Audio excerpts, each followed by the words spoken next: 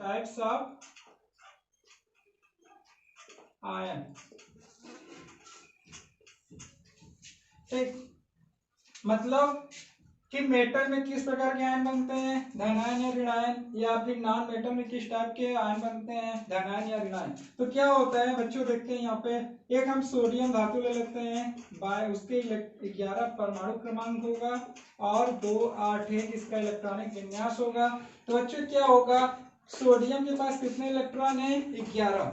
तो क्या करेगा, इसकी टेंडेंसी होती है एक इलेक्ट्रॉन को डोनेट करने की। जैसे एक इलेक्ट्रॉन डोनेट करेगा, मतलब Na जैसे एक इलेक्ट्रॉन को डोनेट करेगा तो क्या हो जाएगा, इसके पास एक प्लस आयन आ जाएगा। ठीक, जब ये क्या करेगा, 1 इलेक्ट्रॉन को डोनेट कर देगा। तो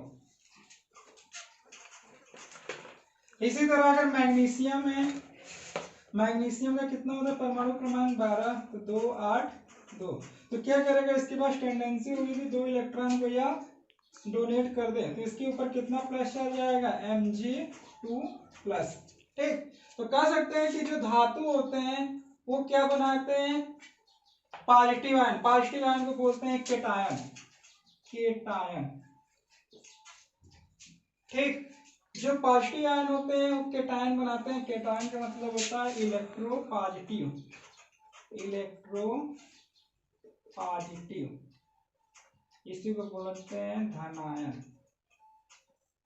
ठीक, आज जो नॉन मेटल होते हैं इनकी टेंडेंसी क्या होती है, एक या एक से ज्यादा इलेक्ट्रॉन को ग्रहण करने की। जैसे क्लोरीन है, क्लोरीन का परमाणु क्रमांक 17 होता है।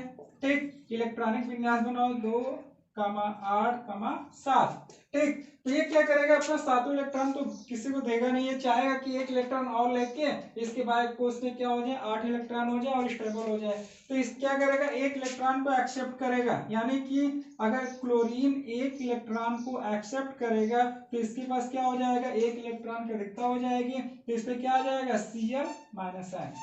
ठीक, इसी तरह ऑक्सीजन है, ऑक्सीजन का परमाणु क्रमांक लिख सकते हैं 8 और इलेक्ट्रॉनिक विन्यास क्या हो जाएगा, 2 6। तो क्या करेगा, इसके बाय कोष में 6 इलेक्ट्रॉन है, तो 2 इलेक्ट्रॉन को और एक्सेप्ट करेगा, तो क्या हो जाएगा, ऑक्सीजन प्लस 2 इलेक्ट्रॉन एक्सेप्ट करेगा, तो ऑक्सीजन 2 माइनस। तो ये किस टाइप का ऋण आयन बना रहा है ना। ठीक, इसको बोलते हैं एनायन, एनायन। ठीक, इसको बोलते हैं इलेक्ट्रो नेगेटिव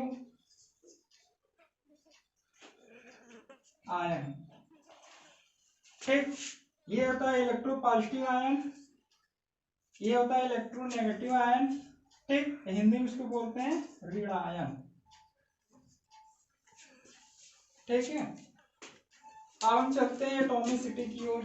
नेक्स्ट प्रॉपर्टी है इसकी एटॉमिसिटी।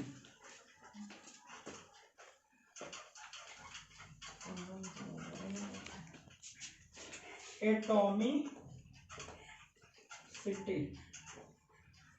एटॉमिसिटी का मतलब होता है ये अपना एग्जिस्टेंस कैसे बनाता है, मतलब कैसे किस फॉर्म में पाया जाता है, यह कह सकते हैं एग्जिस्टेंस। ठीक, तो बच्चों क्या होगा, कभी आपने देखा है कि सोडियम को ऐसे लिखा हो, कभी देखा है, नहीं ना। तो क्या होता है, सोडियम को ऐसे लिखते देखते हैं, ऐसे पोटेशियम हो गया, कैल्शियम हो गया, मैग्नीशियम हो गया। ठीक, कभी आपने ये नहीं देखा होगा Mg2, नहीं ना। तो इसी वजह से क्या होता है, ये हमेशा मोनोफॉर्म में होता है। ठीक, तो कह सकते हैं कि मेटल आर इन वेपर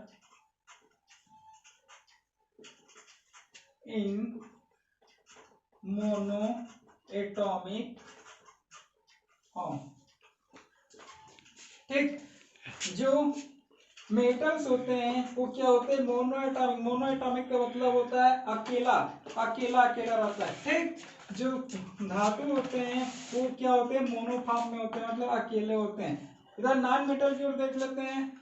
आपने देखा कभी ऑक्सीजन को ऐसे लिखते हुए देखा है, नहीं। कभी क्लोरीन को ऐसे लिखते हुए देखा है, नहीं। इसका एग्जिस्टेंस ही नहीं है। तो क्या एग्जिस्टेंस को बनाने के लिए हम क्या लिखते हैं, O2 Cl2 लिखते हैं ना। ऐसे लिखते हैं, ओजोन हो गया तो ओजोन को क्या लिखते हैं, O3। तो क्या होता है, ये हमेशा या तो डाई फॉर्म में होते हैं, डाई एटॉमिक, या तो ट्राई एटॉमिक, या तो टेट्रा एटॉमिक। टेट्रा एटॉमिक में जैसे P4, ठीक। तो क्या होता है, ये हमेशा या तो डाई, ट्राई या टेट्रा एटॉमिक फॉर्म में होते हैं। तो इसे एक सम रूप में बोलते हैं poly atomic, poly atomic form. यानी जो नॉन मेटल होते हैं वो हमेशा पॉली एटॉमिक फॉर्म में होते हैं, ठीक। ये कभी आपको ऐसे सिंगल नहीं मिलेगा, ये जब भी मिलेगा या तो O2 होगा या तो O3 होगा। जैसे ओजोन हो गया, ऑक्सीजन गैस हो गया, क्लोरीन गैस हो गया, और ये फास्फोरस हो गया। नेचर ऑफ ऑक्साइड, ठीक बच्चों। ऑक्साइड का मतलब होता है कि जब भी कोई धातु या कोई भी तत्व अगर कि ऑक्सीजन से रिएक्शन करता है तो वो ऑक्साइड बनाता है, ठीक है। तो हम धातुओं के ऑक्सीजन के साथ रिएक्शंस देखेंगे और देखेंगे कि वो ऑक्साइड की प्रकृति क्या है, मतलब वो अम्लीय प्रकृति का है या क्षारीय प्रकृति का है या फिर दोनों प्रकृति का है, ठीक। ये बहुत इंपॉर्टेंट है, आपको केमिकल रिएक्शन में बहुत ही ज्यादा यूज होगा, ठीक है। इसको ध्यान से देखते हैं। तो क्या होगा, पहले धातुओं के ऑक्साइड ले लेते हैं। जैसे सोडियम का जब ऑक्सीजन के साथ क्रिया कराएंगे तो क्या बनेगा, सोडियम ऑक्साइड, ठीक।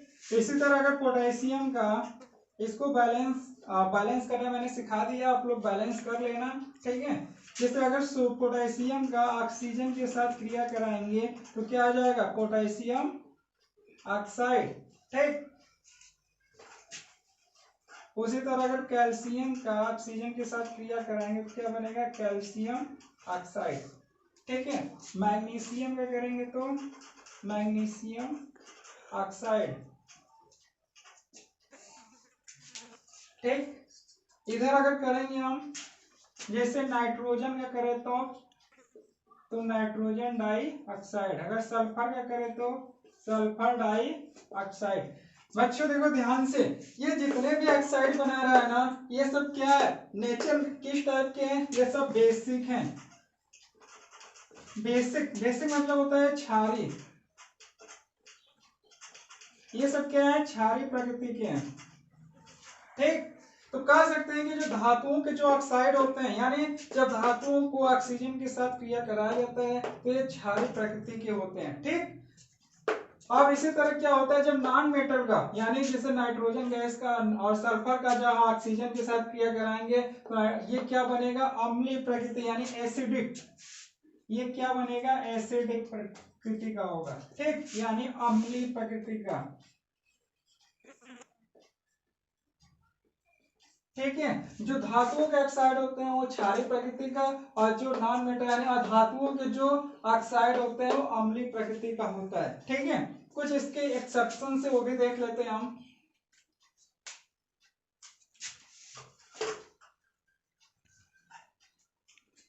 इसके एक्सेप्शन देखते हैं पहले,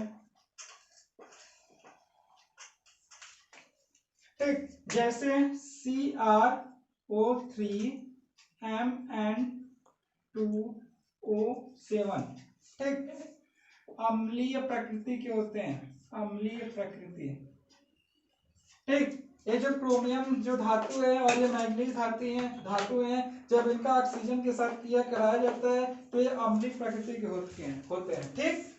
उसी तरह कुछ और एक्सेप्शन है, जैसे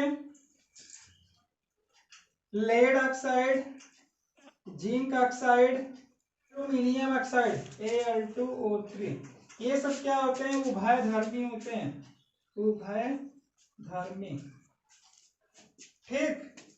उभयधर्मी का मतलब होता है कि ये अम्लीय अम्लीय प्रकृति तथा क्षारीय प्रकृति दोनों शो करते हैं, यानी ये अम्लीय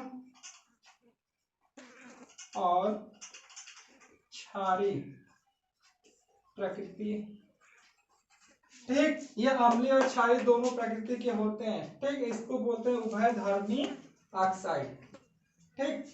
कुछ नॉन मेटल में भी एक्सेप्शंस होते हैं, वो भी देख लेते हैं, ठीक। जैसे H2O, हाइड्रोजन नॉन मेटल है, जब इसके ऑक्साइड ऑक्सीजन से क्रिया करा क्या बना जल, तो क्या होगा, ये न्यूट्रल होता है, ठीक, न्यूट्रल। इसी तरह और भी जैसे कार्बन मोनोऑक्साइड, ठीक, N2O डाई नाइट्रोजन ऑक्साइड, ये सब क्या होते हैं, ये सब क्या होते हैं, न्यूट्रल होते हैं।